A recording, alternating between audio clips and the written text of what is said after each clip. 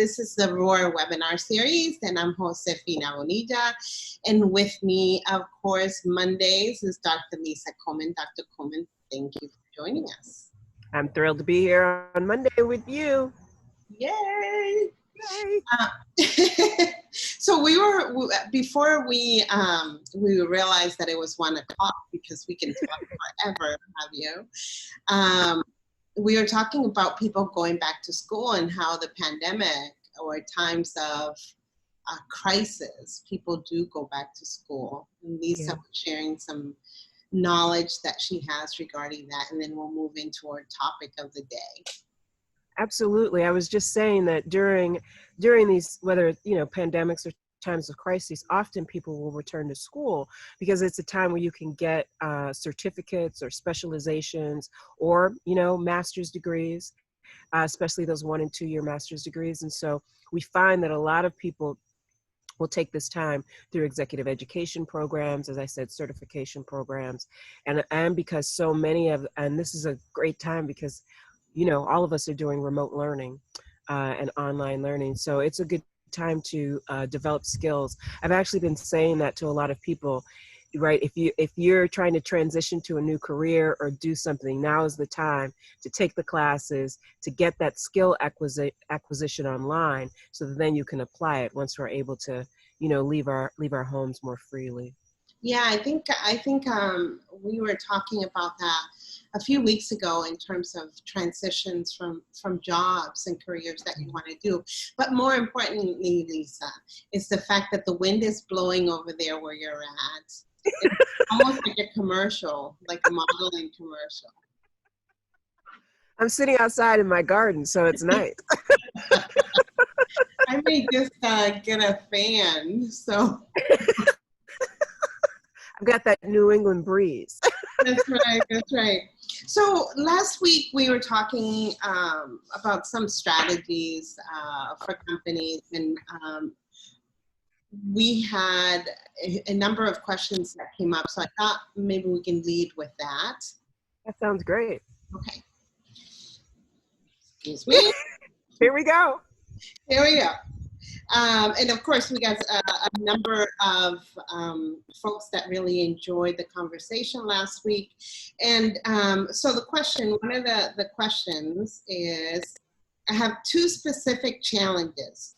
One is when I say something about diversity, I often get a response that feels like I made a personal attack on the receiver, when really I was pointing out an opportunity for us to improve an organization, as an organization. That is such a good point and question, right? Diversity and the nomenclature around it, of course, is taken on. It's, diversity at some point is almost like calling someone a sexist or a racist, right? Sometimes. And so people, they're back on their heels. And I say this all the time. Diversity, yes, now sometimes people do get sort of, concerned, or they think you're saying something bad about them. And what I try to say is, your tone changed. Right. And that then they think that maybe they haven't changed fast enough or something like that. So there are 2 things. One is, I think it's important to define what you mean by diversity when you're talking about it. And that doesn't mean you put up a screen and say, this is my definition of diversity. I mean, in your sort of everyday practices, you talk about, right? I think we should be thinking about the diversification of people, thought, ideas, right? And that builds innovation. And then people don't think that it's just about them. They think it's about, right, sort of best practices. The second way that I say is actually don't say the word diversity. Say words like, we really need to think about how we're bringing difference and how we think about difference and how people think differently, right? Because difference is about diversity. So sometimes we have to change that nomenclature, just like sometimes when people say race, or sometimes when people say diversity, they think you only mean gender, or they think you only mean race, right? So we have to switch up the nomenclature, and it's unfortunate. I don't like that we have to do that. I don't like that the words become so loaded and that people's backs get up against the wall, but that's the reality of where we are. And if we want to transform cultures within our organizations, we also have to transform people. And sometimes that means we have to use the nomenclature and the words that that will make them move, as opposed to make them, back against the wall. So as a side question, Lisa, what do you do when this happens all the time, right? So you bring up diversity and you get tired of it. You get tired of having these conversations. So what, can you maybe talk about some of the things that you do to, just kind of armor up, if you will, right? Yeah. To have these discussions, because they are trying and you get tired of hearing it. So what I try to do also, and I think I've said this last week, is to figure out how ready the organization is, right? So if the organization is an organization where they haven't talked about diversity and inclusion at all, then those words, that nomenclature, has to become more familiarized within the organization. And that's what I mean about defining it. So if I go into, I'll give you very, very concrete examples. When I went into NYU, the way they used diversity, inclusion, and equity was different than the way Harvard used it. And part of that is just because they're at NYU and they're global, right? So they have 13 campuses, places in Australia, London, Abu Dhabi, Ghana, right? So when they said diversity, it was global diversity. At Harvard, most of the time when they talked about diversity, I'm saying when I was there, now Harvard's probably talking about global diversity because that's where we are, meaning the trends. But when I was there at Harvard, most of the time when we talked about diversity, of course, this is almost 10 years ago now, a lot of it was about domestic diversity, right? And then the tentacles into the international and global space. But it wasn't global diversity in the sort of breadth, right, that NYU is talking about. And so when I went into NYU, right, I had to level the playing field and say to people, yes, we're talking about global diversity, and then we also have to talk about the localized diversity within specific contexts, whether that's South Africa, the United States, Australia, right, because they have different diversity histories, right, Europe. And so I think that's where you can be very concrete in your definitions, right? Concrete about the local specificity and then what you mean at the macro level. And that can help, right, then when you're working within the organization, because if I'm trying to transform an organization, I need to know what I'm talking about, right? And I need to know, are they interested in global diversity? Are they interested in domestic diversity? Are they interested in regional diversity, right? If you think about places in Texas, right, some of them are very interested in that, in those borders, right, and how we think about borders. So it depends on where you are and what your organization and what they're ready for, and then how you define things to help them move along. So, and I always say, the last thing I'll say about this is, you got to test the wind, right? So I always say, you push the envelope. So you've probably heard me say this before, Josefina, but I always say, I know that at any given moment within any organization, 15% of the people don't like me. They just don't. Don't like you. They don't like me. They don't like me because I push the envelope, right? So I always say, if 80 to 85% of the people are with me, right? They want to work with me. They're trying to help me transform something. And 15 to 20% of the people aren't with me, meaning they feel challenged by the work that I'm doing, then I know I'm doing the right work. Because you should have, right, some resistance in the system to the work you're doing. Now, you can't have 85% or 80% of the people resisting you, because then you can't transform anything, right? Then it's just your work, that's too hard. But about 15 to 20%, sometimes 25%, right, because it ebbs and flows, then you know, right, okay, and then you have to have the right stakeholders, the right people who help you, right, move your allies within the organization that help you move that organization along. Now, Lisa, do you think that it's, so if you have a role, you get into a role like this, right? You've been with the organization 15 years, 10 years. Yes. Okay? And all of a sudden you are the CDO or someone in that capacity, right? Can you transform the organization with your history with the company? Yes, you can, but you have to utilize your history. So I'll give you another concrete example. I was at Tufts for a very long time before I became their chief diversity officer, right? So I had been on faculty, I'd run a center, I was doing a lot of work at that university long before I ever became their chief diversity officer.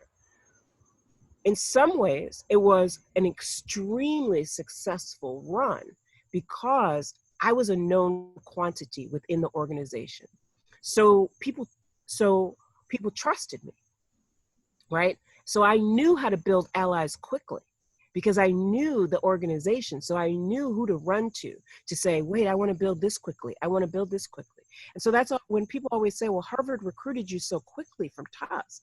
Well, it was because I was at Tufts for 3 years, but I was able to fast track and build things really quickly because all my allies were already set up. I knew the organization.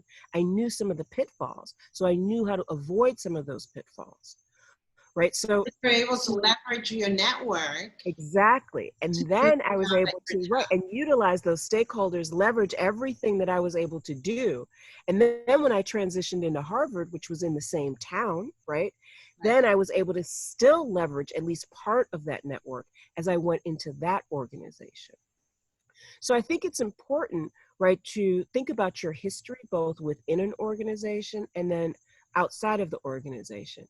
And someone said this to me, I think it was Larry Backow, and said to me, who's the current president of Harvard, but he was the president of Tufts when I was there. And I think he was the one who said this to me early on. When you get into leadership positions, the key is, how are you going to leverage your network? How are you going to utilize those stakeholders, right? So presidents or CEOs of organizations really have to think about their networks and how they're leveraging, because it's not just internal to the organization, it's also external. And so as a CDO, I have to think about how I'm leveraging my network, not just internally, but externally. Before we go on to the second question, I know there's a number of new CDOs currently online with us. And some of the CDOs that are currently online have been with the companies for X amount of time. So this is a challenge that they face, is how can they leverage their networks? But not only is it the internal network that's going to help push the envelope forward, but it's really leveraging the external network. Right. Because remember, all organizations care about their peers, right? So all organizations care, are they in line with their peers? Are they not? If you think about the tech industry when all the information about the boards were released, right? So you had Amazon and Twitter and and Facebook, and there was all this competition between them, right? Because they released, and I can't remember who released it first, so whatever, but one of them released it first, thus embarrassing the others, right? And then everyone was rushing to release their numbers, right? And so because we work and live in a market and in competition, right, with our peers. And so to use the external and to leverage, and I do remember who said this to me, it was Lonnie Guinier from Harvard. And she said, you know, the best thing that you can do when you're at Harvard is also figure out what your external network is like. Who are you working with at places like Oxford and Yale, et cetera, and Princeton, right? Because that's, right, so you have to think about who your network, right, is in conversation with, because that's who you want to be in conversation with, and then you want to leverage that. And within that network, I have to say, there's people that are going to share a lot of information with you, yes, that are incredibly generous. And there's people that are going to hold things. So you have to also, as good as you are defining who that external network is for you, you also have to be able to know which of them are going to give you the most information that you need. Yeah, you have to be able not only to read the trends of the organization, but there is a little, I say this, you know, I think I said something about being an architect, but I guess I'm a psychiatrist and an architect, right? Because there's the architecture picture of building, right, the diversity, inclusion, and equity models, and building the building and putting all the things and the beams and supports in places, right? And that's important. And then you got to get those people in there. And those people are tricky. Those people are tricky. They just are. Yeah, And so you got to read. You do, I think, as a diversity officer, I don't think you're a social worker. I actually don't think that. I think there are some people who are social workers, but I don't think you have to be a social worker. I think that's different because that's about a social delivery model. But I do think that you have to be able to read people. So you do have to have some psychology or some psychiatry to be able to read not only where people currently are, but just like what we were talking about before, you have to read that organization and the people within the organization to know what nomenclature is going to work and which nomenclature is not going to work. And that's about people. That's not just about the organization. Thank you for that. Let me switch gears real quick. My glasses. I love those glasses. I love the color. Do you? Thank you. Yeah, they're red. You know, pink is my favorite color, and then I back it up with red. Yeah, red is my favorite, as you know. Let's see. I should have highlighted this before. It's a long-winded.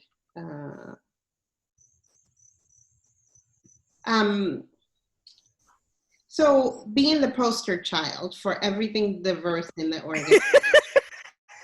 Yes, I am. Well, I have to say, you're kind of my poster child for everything, right? Oh, Lisa knows. Lisa knows. You have enough degrees to know everything. That's right. Just keep going back to school. And if you don't know it. So I think it's, they want to know about, you know, how to deal with that. I think it's more of an emotional question that they have. And, Yeah. And while we're there, let's talk about funding, right? Sometimes these offices are one person large, Yeah. and they are required, and oftentimes with zero or no money to fund anything. Yeah. So, okay, so there are a couple of things. So I'm going to talk about the funding in just a second. So being the poster child is hard. And I think right now it's really hard for people because there are all these other pressures, right? I mean, we are in the middle of a pandemic, and then people are having to take care of their children and homeschool, and then do elder care, try to take care of themselves and their significant others. I mean, it's a lot. Then we have racism, sexism, right? Homophobia and heterosexism and all of those things. It's not that they're new, but the ways in which they are presenting themselves is particularly acute, with the deaths, with the ways in which some people, right, are treating other people, like the people who brandished guns in St. Louis, right, on their lawn. So there are all these things that are heightening people's both anxiety and then real fear, right, about some of the things that are happening to people in terms of healthcare disparities and death and things like that. So I think there are two things. One is a lot of people are the poster child, but then they occupy the space of actually being a person of color, a woman, a person with a disability, a person who's a member of an LGBTQ plus community, right? So are in those spaces, so are also experiencing, right, the disproportionate impact of the pandemic, while there also is a pandemic, right? So I think that's really, really hard. And we know that being on Zoom, 24/7 is not easy for a lot of folks. So I just want to acknowledge that I think there are lots of pressures out there right now. And so to figure out how to take care of yourselves, I've been using this example, right? When you get on a plane, not that I've been on one recently, but they ask you to put your oxygen mask on first before you put the oxygen mask on for the person, right? So I just say, remember, put your oxygen masks on, whatever that means. For me, I had to come garden, right? So for whatever you have to do, you figure it out. Because being a poster child is not easy. And again, develop a posse of support, not just the network of people that we were talking about before in terms of navigating your organization, but those people that you can call and just say, excuse my language, but shit is falling apart and I need some help and I just need to talk to somebody. Just have a cocktail with me or have tea with me or whatever it is that you need to do for yourself. And then funding. A lot of people are seeing funding challenges right now. Obviously, during this pandemic, there are all kinds of layoffs and there are all kinds of situations that way. And so I would say in terms of funding, so when you're a diversity officer, when you take a job, you need to align the funding with the job. So for all of you out there who are about to take jobs, make sure that you're asking questions about funding and how it aligns to the projects that they want you to do. So if they say they have a big recruitment project, what's the funding? And that's what I do, is I align it. If it's recruitment, what's the money? If it's retention, what's the money? So you have to think about those line items and how they are lined up in your organization. Now, if you're already in the organization and you don't have funding, right? So you walked into the organization, they promised you a bunch of things, or they didn't, and now you don't have it. The question is, then you have to figure out what's the most salient thing or things that you can do. So I'll give another concrete example. I think I've said this before, but it'll be at NYU. One of the things that I know about NYU is we care deeply about innovation, deeply. We have funders labs, we have an AI institute, we have robotics labs everywhere. And so if I had to change my entire diversity portfolio, I don't, but if I did, one of the things that I would do is marry it to innovation, because NYU deeply cares about innovation. Right. So then I would know that I could go with the female founders and funders, right? Because then I know I'm going to get funding because they care about innovation.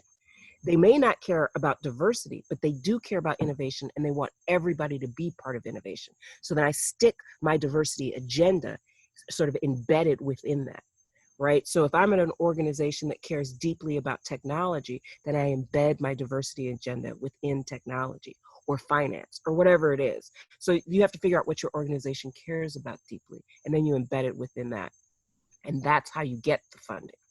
Plus, I think to your point, if you leverage your network, right, and you know that you have this project that doesn't have any funding, or maybe you can tap the HR funding that they have for recruitment, or maybe you can tap the marketing funding that they have.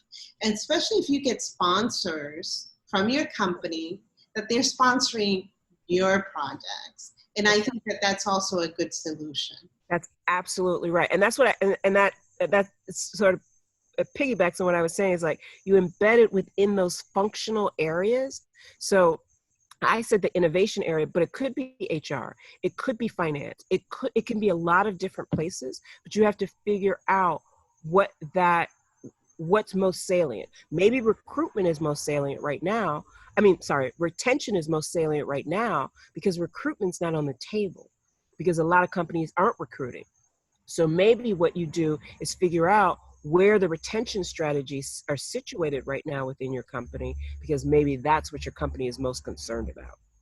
Yeah, I think I know when I was with Color, oftentimes when we were looking for support in some of the things that we were doing, we had to tap an organization and they would tap other departments within, because they may not have had the budget, to your point, but maybe innovation, because it's so important to the organization. They must have a pretty large budget to cover some of these extras. Exactly. And as we all know, within all budgets, there's a miscellaneous amount of dollars. That's exactly right. And that's what you want to tap into. But like I said, you have to figure out what's salient within your organization, what matters to them, right? Particularly in a moment of crisis, if your budget never existed or if it's being cut.